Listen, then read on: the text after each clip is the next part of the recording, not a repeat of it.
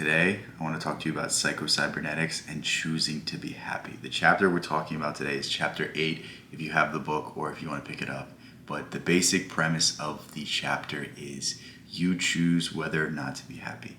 And I need you to understand this point because it's so important. And we can even take it a step further.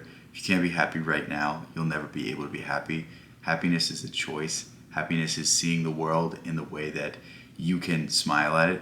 And if you don't like your current life, if you don't like anything in your life, then it's truly your fault, because each and every person has at least a few things that we can be thankful for. Each and every person has a few things that really mean the world to us and really make the world go round. And the more you can see of it, the more you can just smile and relax. But what the book talks about is most people make themselves unhappy through their habits. Most people make themselves unhappy through the things they do. Think of the amount of people that watch the news. You know, there's a lot of people on both sides of the aisle that are extremely unhappy today. And it's so ironic because one side is pointing to the other side saying, wow, you're bad, you're this, you're this. And the other side is pointing to the other side saying, you're this, you're this, you're this. And both groups of people are making themselves unhappy. And it's so weird to me that we actively do things to make our lives worse. We actively do things to stress ourselves out, to put us down a path of negative thinking, to put us down a path of looking at this news story that we know is just going to upset us. And the truth is, when we avoid these things, when we avoid these stimulus, then we can remind ourselves what really matters. Like, the world is so much important. The world is so much more important than whatever is going on in the news. The world means so much more than whatever is happening geopolitically. And the truth about it is, like, unless it's actively affecting your day to day, unless it changes your everyday life, I'm telling you, do not pay attention to it, because you are making your own existence that much worse purposefully. And this is the true fact of it. Like, if you can't be happy with who you are today, when you have more responsibility, when you have more things, when you have more material possessions, it's going to be harder. Like, you're not going to be able to be happy when you get to that end state. If you can't be happy now, it means nothing. Because let's face it, what does a better job mean? What does a bigger house mean? What does a nicer car mean? It means more responsibility.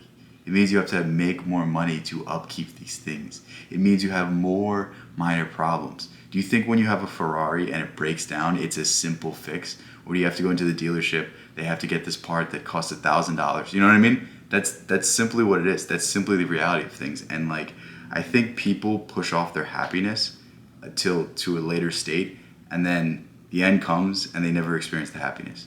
How many people push off every ounce of enjoyment to the latest points of their lives and then look back and regret it? I don't want you to do the same thing. And I want you to understand that you can choose to make your life better through a few decisions. My favorite thing to do to make myself happy is to simply get a list, or do it in my head, or write it on paper, or write it on my phone, and start naming the things that mean the most to me. Start naming the things that I have that other people do not have. The book suggests to wake up in the morning and tell yourself you're going to be positive.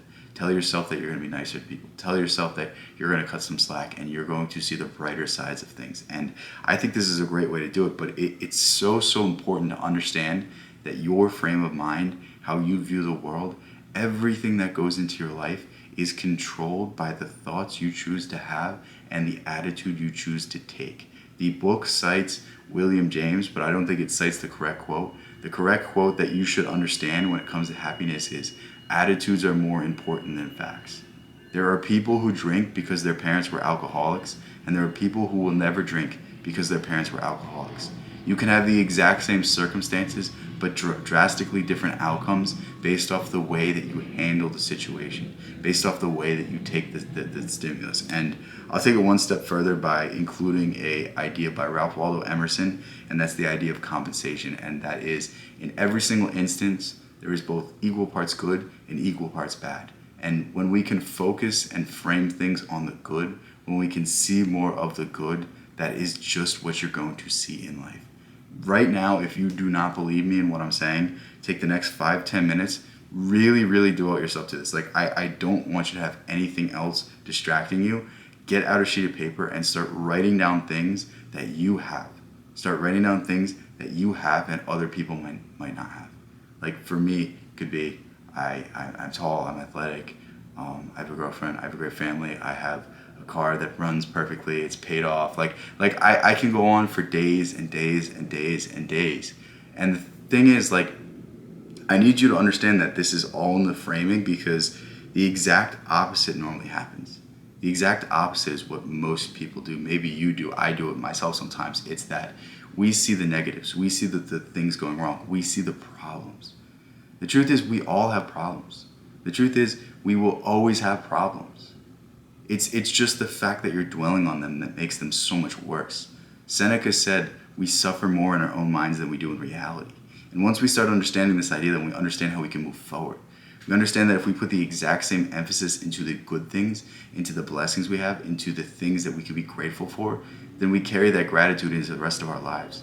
We carry that gratitude into our emotions. We carry it into our attitudes.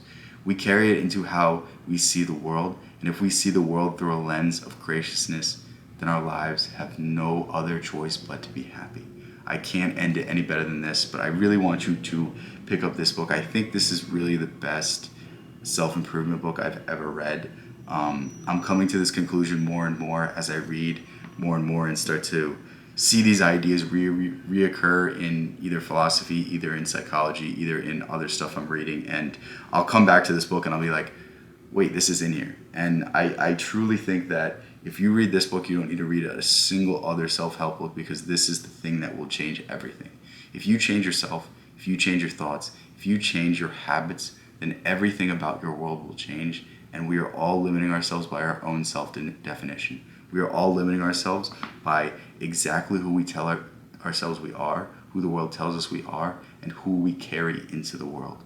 What attitude we take in looking at opportunities, what way we view ourselves in relation to others. It is all affected by our self-image. It's all affected by our self-definition. And when we change the self-definition, when we change this I am, everything else follows suit.